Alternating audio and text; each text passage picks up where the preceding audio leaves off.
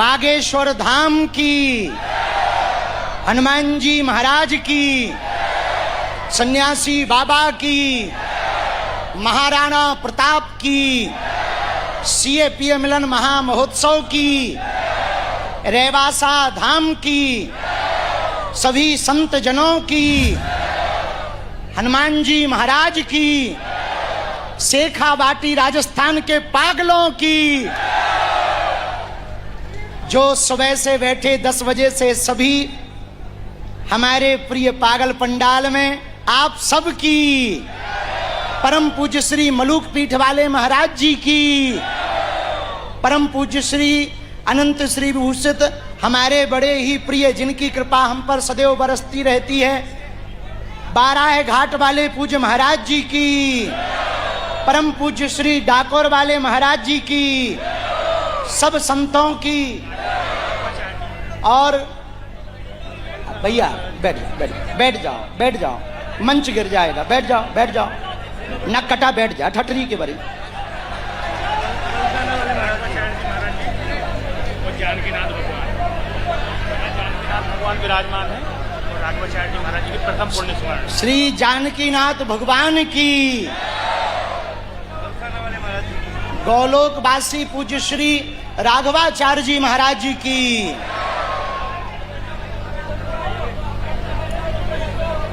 सभी संत भगवान पूज्य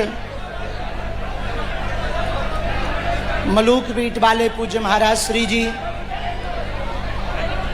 पूज्य श्री डाकोर वाले पूज्य महाराज जी, पूज्य श्री 12 घाट वाले पूज्य महाराज जी, सिंगारी जी महाराज जी, सभी संत जन विराजमान हैं। हम सभी संत जनों के चरणों में दंडवत प्रणाम कर रहे हैं।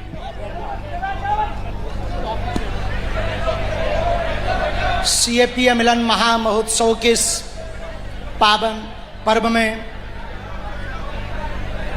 प्रथम पुण्य स्मरण साकेतवासी पूज्य श्री रेवासा वाले अनंत विभूषित पूज्य श्री राघवाचार्य जी महाराज जी का प्रथम पुण्य स्मरण का यह उत्सव, जिसमें राजस्थान शेखावाटी का यह स्थान ऐसा लग रहा, कहीं से देखो तो वृंदावन दिखाई पड़ रहा, संतों के मस्तक पर तिलक देखो तो अयोध्या दिखाई पड़ रहा, भक्तों में उन्माद देखो तो वृंदावन दिखाई पड़ रहा, और भाव देखो, श्रद्धा देखो तो महाकुंभ दिखाई पड़ रहा है। हमको बहुत विलंब हुआ तो हम पूर्ववत ही पूज्य महाराज जी से क्षमा मांग रहे हैं और कान पकड़कर क्षमा मांग रहे हैं। हम आ तो समय पे गए थे, अफ्रीका में थे, सुबह 8 बजे बंबई पहुंचे चील गाड़ी से, फिर हमारी चील गाड़ी फंस गई पानी में, तो हमको जल्दी उड़ना था तो 11 बजे उड़ पाए, तो उसमें बीच में ही आगे को लगो तेल खत्म होगा, तो हमको सूरत तेल तो था वहाँ भर नहीं पाया मुंबई में, तो सूरत जाना पड़ा। सूरत में फिर में तेल खावे पीवे हुए भरवाओ, फिर आ पाए। हमारे कारण सब संतों को बड़ा कष्ट हुआ और आप लोगों को भी कष्ट हुआ है। हम बहुत क्षमा मांग रहे और हमें लगता है क्षमा मांग करके शायद हमें क्षमा नहीं किया जाएगा, तो हम पुनः आने का वचन दे रहे। अब शायद हमें क्षमा कर दिया जाएगा। हमारे बड़े ही प्रिय पथमेड़ा वाले पूज्य महाराज श्री जी, जो गौ माता के लिए निरंतर जीवन जी रहे हैं, जिनकी महती कृपा से हम सबने गौ सेवा सीखी है, और एक ऐसे महापुरुष जो छपते नहीं हैं, छिपते हैं, लेकिन छिप कर के भी ऐसी गौ सेवा कर रहे हैं जो सब गौ भक्तों के हृदय में छप रहे हैं। उनके अति प्रिय कृपा भाज्य श्री राधा कृष्ण महाराज जी भी विराजमान हैं। बड़े अद्भुत स्वभाव स्वरूप है आपका, स्वरूप भी अद्भुत है, स्वभाव भी अद्भुत है, और गौ सेवा के अनुरूप आपका स्वभाव जैसा है, यूं कहा जाए हमारे जैसे 40-50 जन्म ले लें तब भी आपके स्वभाव को नहीं पाया जा सकता। आप जितने धीर गंभीर हैं, ठीक उतने ही अपोजिट हम हैं। उनके ही बगल में जिनके मुखारविंद से सीएपीए मिलन महामहोत्सव में आनंद वर्षा, रस वर्षा उत्सव महोत्सव में परिवर्तित हुआ और यह संतों का सम्मेलन आनंद की उस पराकाष्ठा पर पहुंचा। हमारे बड़े प्रिय जिनके ऊपर श्री किशोरी जी की, संतों की, ब्रज की बड़ी कृपा है, श्री ठाकुर जी की, गिरधर लाल जी की बड़ी कृपा है, हमारे बड़े ही प्रिय आचार्य इंद्रेश जी भी विराजमान हैं। आप लोगों ने कल इनका तिलक कर दिया था जाने का, विदाई का। हमको पता लग गया तो गाड़ी से ये सिर्फ महाराज जी बोले कि हम आपको सिर्फ मिलकर दंडवत करके चल देंगे। हमने कहा कि वो जो तिलक किया है वो कथा का तिलक हुआ है, संत सम्मेलन का हमारे साथ होगा।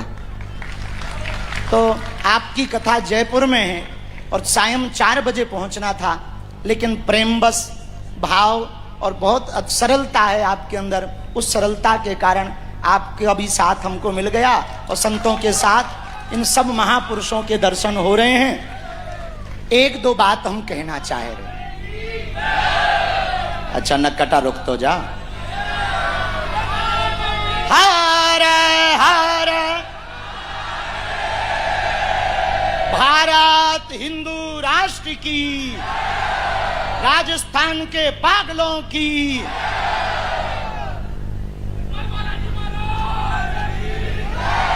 बस बस बस बस बस एक दो बात हम कहना चाह रहे हैं। रेवासा धाम के आसपास इस गांव में रहने वाले लोग, यहाँ के आसपास के लोग भाग्यशाली नहीं हैं, परम भाग्यशाली। जिन संतों के दर्शन करने के लिए अलग अलग यदि आप जाते तो पूरा जीवन लग जाता, तब भी इतने महापुरुषों के दर्शन नहीं हो पाते।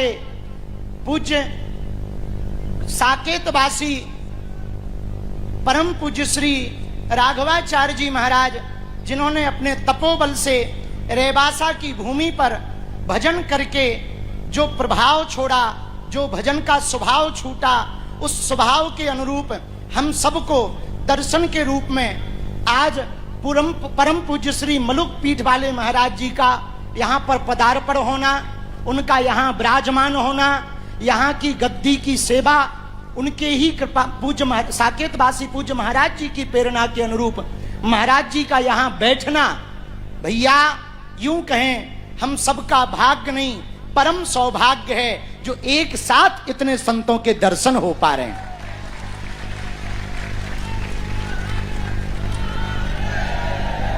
हम तो यही कहना चाहेंगे, जैसा कि पूज्य महाराज जी ने प्रारंभ में ही कहा कि यह श्री किशोरी जी की भूमि है, श्री जानकी जी की भूमि है। अच्छा, जानकी जी है भक्ति और भगवान, श्री किशोरी जी है भक्ति, और भगवान को पाने का उपाय क्या है? बोलो बोलो। भगवान को प्राप्त करने का उपाय है भक्ति। हमको रामचरितमानस की एक बात हमारे पूज्य दादाजी ने कही थी, वो बड़ी प्रिय लगी। जब अहिल्या को श्राप लगा कि आपको पाषाण बनना है, पत्थर बनना है, और श्राप मिला तो किसी महात्मा ने पूछा कि आप कहाँ का पत्थर बनना चाहते हो? चुनने का उनको समय दिया गया कि आप जगह का चुनाव करो, किस जगह पर पत्थर बनकर रहना चाहती हो। आपको पत्थर बनने का श्राप है। श्री दादाजी सुनाया करते थे भाव की कथा। तो अहिल्या ने, किसी ने कहा कि एक काम करो, अयोध्या का पत्थर बनने का चुनाव करो, अयोध्या का पत्थर बन जाओ। कालांतर में जब श्री रघुनाथ जी प्रकट होंगे तो आप पर कृपा भी हो जाएगी, दर्शन भी होंगे, बाल लीला का भी आनंद मिलेगा। तब एक शब्द में श्री अहिल्या जी ने कहा हमको अयोध्या का पत्थर नहीं बनना है। तो बोले फिर कहाँ का बनना? बोले जिस मार्ग में श्री किशोरी जी का जहां जन्म हो उस जगह पर अगर हमें पत्थर बनने का मौका मिले तो बहुत उत्तम है, ना भी मिले तो यदि रास्ते का हमें उस रास्ते मार्ग का पत्थर बनने का सौभाग्य मिल जाए तो ये हमारा परम सौभाग्य होगा। तो किसी ने अहिल्या से पूछा कि आप अयोध्या की जगह जनकपुरी की गली का पत्थर क्यों बनना चाहती हो? तो अहिल्या जी ने बड़ी अद्भुत बात कही। बोले अयोध्या में रहेंगे तो जरूरी नहीं, रघुनाथ जी की कृपा होगी, लेकिन यदि जनकपुरी के रास्ते में रहेंगे तो भक्ति से मिलने के लिए जब भगवान जाएंगे तब जरूर हम पर कृपा हो जाएगी, ये हमारा भरोसा है। उसी प्रकार राजस्थान के पागलों, एक बात बहुत अभूतपूर्व यहां हुई है। रेबासा, रे माने श्री किशोरी जी का धाम, किशोरी जी का धाम है ये रेबासा, श्री जानकी जी का धाम है रेबासा। यदि रेबासा की पुण्यमयी भूमि की रज अपने मस्तक पर लगा लोगे, यहां पर आकर के संतों के दर्शन कर लोगे, श्री राघव लाल जी के दर्शन कर लोगे, यहां अपना मत्था टेक लोगे, यहां के प्रति अपनी श्रद्धा रखोगे, तो आपको अयोध्या जाने की आवश्यकता नहीं है। किशोरी जी की जिम्मेदारी रघुनाथ जी से मिलवाने की है। दूसरी बात जो बहुत हम सबके लिए आवश्यक है वो ये है कि भविष्य में यहाँ के सभी निवासी और हम सब मिलकर रेबासा को यदि रेबासा तीर्थ घोषित करवाएंगे तो अभूतपूर्व कार्य होगा। तीर्थ तो है ही है, जहां परम पूज्य भगवान श्री अग्रदेवाचार्य जी महाराज, पूज्य श्री नाभादास जी महाराज जी, स्वामी विवेकानंद जी महाराज, गोस्वामी श्री तुलसीदास जी महाराज, गुरु नानक देव जी महाराज और 10वें गुरु गोविंद सिंह जी महाराज और साकेतवासी पूज्य श्री राघवाचार्य जी महाराज विराजमान रहे हों, जिन्होंने तप किया हो, भजन किया हो। और ये तो पूर्व की चर्चा हो गई, अब वर्तमान में ही देख लो कितनी विभूतियां यहाँ उपस्थित नहीं हैं। वर्तमान समय में, एक ही समय में, एक ही पल में पूज्य श्री कबीरदास जी महाराज कहते हैं, राम बुलावा भेजिया दिया कबीरा रोए, जो सुख साधु संग में सो बैकुंठ ना होए। जो यहां आनंद है वो बैकुंठ में कहां, जो यहां रस बरस रहा वो बैकुंठ में कहां। और परम पूज्य श्री मलूक पीठ वाले महाराज श्री जी, जिनकी कृपा में छत्र छाया में हम लोग बैठे हैं, हम तो जब महाराज जी के दर्शन करते हैं तो आपकी रहनी, आपका स्वभाव और आपकी वाणी को सुनकर ऐसा लगने लगता जिनकी छत्र छाया में हमने जीवन जिया, पूज्य श्री दादा गुरु जी का, महाराज जी का ही प्रतिबिंब हो। ऐसे ऋषि परंपरा के महापुरुष रेबासा की भूमि पर विराजमान भय। रेबासा वासियों, राजस्थान वासियों, एक बात कह दें, अब राजस्थान वैसे भी वीरों की भूमि है। यहां के तो लोग नहीं, यहां के तो घोड़े भी वीर होते हैं। मनुष्य की तो छोड़ो, यहां अश्व भी वीर होते हैं। अश्व की तो छोड़ो, यहां का गज हाथी राम प्रसाद भी वीर होता है। और एक बात कहें, हिंदू राष्ट्र का झंडा यदि कहीं फहराएगा तो शायद पहला नंबर राजस्थान का आएगा, क्योंकि ये वही भूमि है जहां महाराणा प्रताप की तलवार ने विरोधियों के नाकों चने चढ़वा दिए थे विरोधियों को। ये वही भूमि है जहां कट्टर हिंदू रहते हैं। पूछो कैसे? पूछो, जोर से पूछो। राम प्रसाद हाथी को ले गए पकड़ के, कौन? ऊ वाले। पर कितना कट्टर हिंदू था राम प्रसाद। हाथी है, मनुष्य नहीं है, पर विचार करना वो गज भी कितना कट्टर था हिंदुत्व के प्रति। पराधीनता में 1 महीने तक रहे, लेकिन उसने दुश्मन के घर का ना पानी पिया ना भोजन पाया। ये समर्पण है राजस्थान में, इसीलिए इसे वीरों की भूमि कहा जाता। कौन सी भूमि कहा जाता? वीरों की भूमि। और वीरों की भूमि है, वीर की भूमि भी है और महावीर की भूमि भी है। अब पूछो कैसे? पूछो। यहां 2 बालाजी हैं प्रसिद्ध, सालासर और मेहंदीपुर। और हनुमान जी का नाम महावीर जब नाम सुनावे, तो वीर की भूमि है, महावीर की भूमि है। रेवासा धाम जानकी जी की भूमि है, तो श्री ठाकुर जी रघुनाथ जी भी यहां आएंगे, तो वीरों की वीर की भूमि हो गई, महावीर की भूमि हो गई। अब रेवासा धाम के कारण रघुवीर की भूमि हो गई है। रघुनाथ जी भी तो यहां विराजेंगे। तो बताओ, ऐसी भूमि केवल राजस्थान हो सकती जो वीर की भूमि भी है, महावीर की भूमि भी है, रघुवीर की भूमि है, संतों की भूमि है, महंतों की भूमि है, और यूं कहें कट्टर हिंदुओं की भी भूमि है। आप पूज्य संत भगवान और आप सब सुबह से बैठे हैं, तो हम ज्यादा कुछ सुनाने तो नहीं आए। पसीना ऐसे बहा रहा हो जैसे टुल्लू पंप चालू होगा हो, संबल सियर चालू होगा हो, आगे की यात्रा पर भी जाना है। अंत में एक दो बात कह के, आप लोग बहुत देर से बैठे हो, नाराज तो नहीं थे आप लोग? एक बात कहें, हमने जब थोड़ा जल्दी जल्दी में कह दिया, आप थोड़ा बताएं दे रहे बड़े विस्तार से, जल्दी हम कथा सुनाने आएंगे।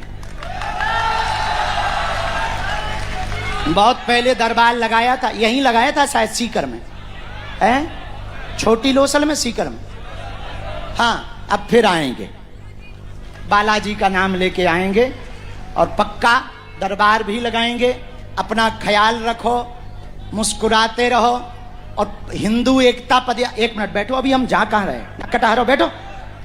तुम ठटरी के भरे हो, वैसे ही जियो जैसे खड़े हो जा, बैठ जाओ। तो पदयात्रा में कौन कौन आने वाला है? 7 नवंबर से 16 नवंबर तक भारत को हिंदू राष्ट्र बनाने के लिए वेद लक्षणा गौ माता को राष्ट्र माता बनाने के लिए, और गौवध जो भारत में हो रहा। महाराज जी, हम जहां युगांडा में थे, बताना भूल गए, वहां पर एक अद्भुत बात है। वहां पर कन्यादान में, नहीं ठीक है, वहां पर कन्यादान में, आज भी युगांडा में कन्यादान में दहेज में सामग्री नहीं दी जाती, गौ माता दी जाती। ये ईस्ट अफ्रीका में आज भी, और आज भी वहां अमीर आदमी पैसों से नहीं माना जाता। गांव में जिसके पास जितनी गौ माता हो उतना अमीर आज भी युगांडा में माना जाता। और एक अद्भुत बात, जंगली भैंस को छोड़कर पूरे युगांडा में एक भी भैंस नहीं है, और कोई भैंस का पालन नहीं करता, केवल गौ माता का पालन करता, गौ दूध का विक्रय करता, गौ दूध को पीता, और गौ माता को ही कन्यादान में देता। और अद्भुत नियम यह है कि वर पक्ष कन्या वालों को गोदान देता है, और कन्या वाले कन्या उसी को देते हैं जिसके पास ज्यादा गौ माता हो। बताओ, युगांडा में ऐसा है, बल्कि होना भारत में चाहिए। हाँ, वहां की ही गाय, युगांडन गाय है महाराज।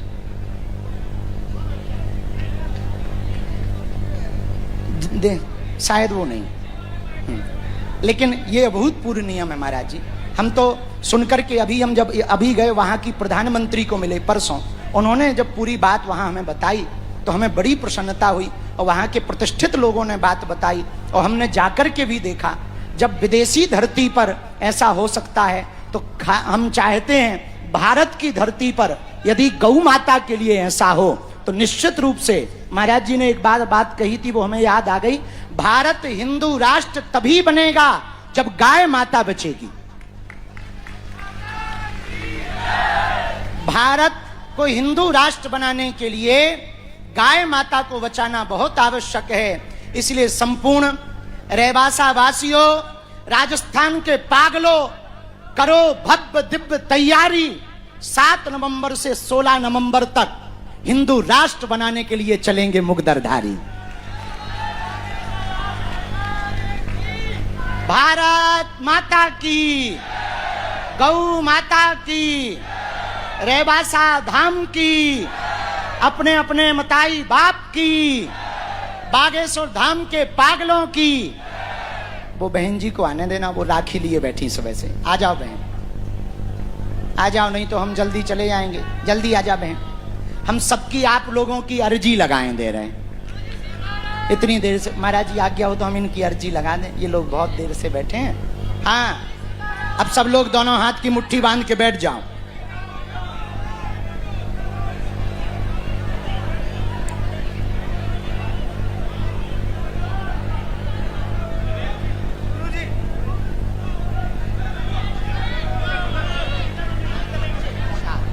घर का बना है, पालेंगे।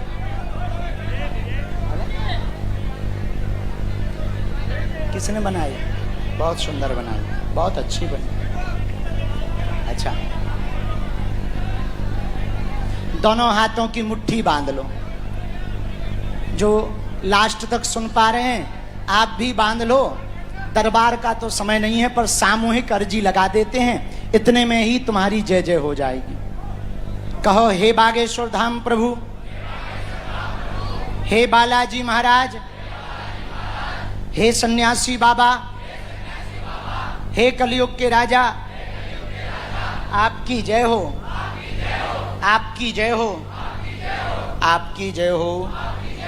हमारी अर्जी सुनो, हम पर कृपा करो। हे बागेश्वर बालाजी, हे सन्यासी बाबा, आजीवन पर्यंत आपके चरणों से, आपके धाम से, आपके दरबार से जुड़े रहेंगे, आते रहेंगे। हमारी अर्जी सुनो, हम पर कृपा करो। मन ही मन अपने माता पिता को प्रणाम करो, अपने अपने कुल देवी देवताओं को प्रणाम करो, बागेश्वर बालाजी को प्रणाम करो, सन्यासी बाबा को प्रणाम करो, जिनके तपोबल के कारण मानव जीवन की दैहिक दैविक भौतिक समस्याओं का समाधान का मार्ग मिलता है, बल मिलता है, जिनकी कृपा के कारण तंत्र मंत्र मारण मोहन वशीकरण स्तंभन उच्चाटन टोना टोटका आदि का स्तंभन होता है। आप सब जो भी यहाँ विराजमान हैं 3 बार 3 बीज मंत्र बोलेंगे। ओ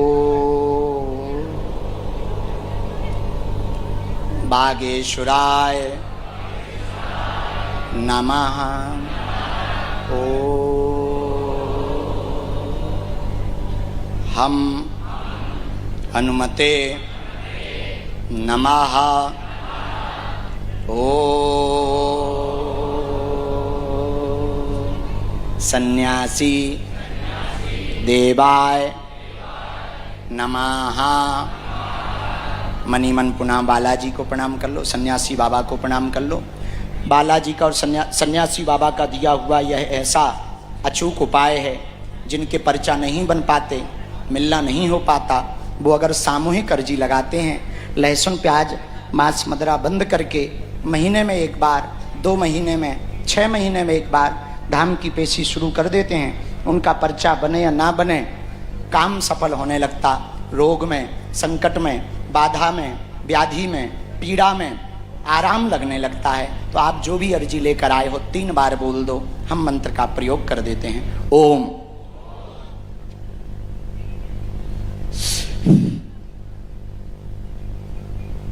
ओम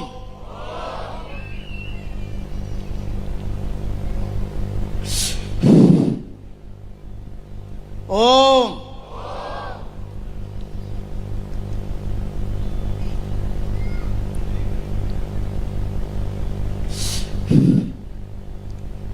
कहो, हे बालाजी, हे सन्यासी बाबा, हे कलयुग के राजा, हमारी अर्जी सुनो, हम पर कृपा करो, हमारे घर सेना भेज दो। दाहिने हाथ की मुट्ठी का 3 बार उतारा कर लो, पीछे की तरफ छोड़ दो। बाएं हाथ की मुट्ठी का उल्टा उतारा भी 3 बार करके पीछे की तरफ छोड़ना, लिए रहना। दोनों हाथों को आपस में मलो। ओम बागेश्वराय नमः, ओम बागेश्वराय नमः, ओम बागेश्वराय। नेत्रों में लगा लो, शरीर में जहां पीड़ा हो स्पर्श करा लो। दोनों हाथ उठा करके भाव पूर्वक बोलो, बागेश्वर धाम की, बालाजी हनुमान की, सन्यासी बाबा की, भारत हिंदू राष्ट्र की, सत्य सनातन धर्म की। अच्छा, भारत को हिंदू राष्ट्र बनते कौन कौन देखना चाहता? गौवध का जो कलंक भारत के ऊपर लगा है, वो कलंक मिटते हुए कौन कौन देखना चाहता? श्रद्धा जैसे कांड दोबारा ना हो, इस पर ब्रेक कौन कौन लगवाना चाहता? कन्हैया लाल दर्जी राजस्थान याद है? वैसी घटना दोबारा हिंदुओं पर ना हो, कौन कौन ब्रेक लगवाना चाहता? कौन कौन मुंह तोड़ जवाब देना चाहता? कच्चा या पक्का? सोच लो। पक्का? तो एक उपाय है, पूछो क्या? 1 घंटा तुम्हारा, हिंदू राष्ट्र हमारा।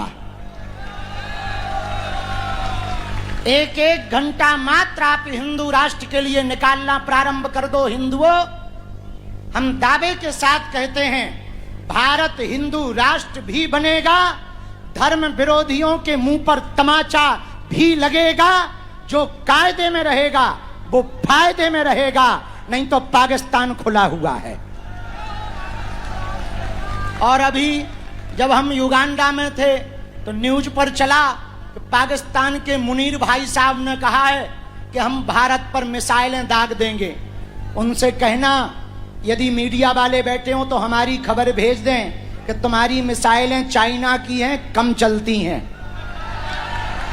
और हमारी वाली छोड़ती नहीं है 900 किलोमीटर। और उनसे कह देना, बेटा अब छेड़ोगे तो छोड़ा नहीं जाएगा, कश्मीर तो लेंगे ही लेंगे, दहेज में पाकिस्तान भी उठा लेंगे। अच्छा विचार करो, ऑपरेशन सिंदूर देखा? किस किस ने देखा? हाथ नीचे कर लो, पीटने के काम आएंगे। अच्छा विचार करो, हम एक दिन हंस रहे थे अकेले में, ऑपरेशन सिंदूर इतना खतरनाक है कि 900 किलोमीटर घुस करके मार दिया। विचार करो, हल्दी मेहंदी यदि बाद में हुई और फिर विदाई। इसलिए ये तब संभव है जब हम कास्टवाद में नहीं, राष्ट्रवाद पर भरोसा करेंगे, जब हम अपनी संत परंपरा पर भरोसा करेंगे, वेद परंपरा पर भरोसा करेंगे, आचार्य परंपरा पर भरोसा करेंगे, मस्तक पर तिलक लगाएंगे, गौ रक्षक नहीं गौ सेवक बनेंगे, तभी गौ माता बचेगी, तभी भारत हिंदू राष्ट्र बनेगा, तभी हिंदुओं का उत्थान होगा, तभी हिंदू सुरक्षित होंगे, तभी हिंदुस्तान सुरक्षित होगा। इसलिए अंत में एक बात कह के हम विराम कर रहे, आप भी सुबह से भूखे बैठे गाली बक रहे होगे। अरे तो हमें तो जाने न कटा, हमें कौन सा यहीं रहने, आगे भी तो जाने, हमें पदयात्रा की तैयारी करने, हमारा भी बुढ़ापे को शरीर है, तो हम फिर आएंगे जल्दी। अंत में एक बात कहें, कह दो, कहो। नफरत नहीं, हम प्रेम के आदी हैं, पर गर्व से कहते हैं हम हिंदुत्ववादी हैं। हरे हर भारत हिंदू राष्ट्र की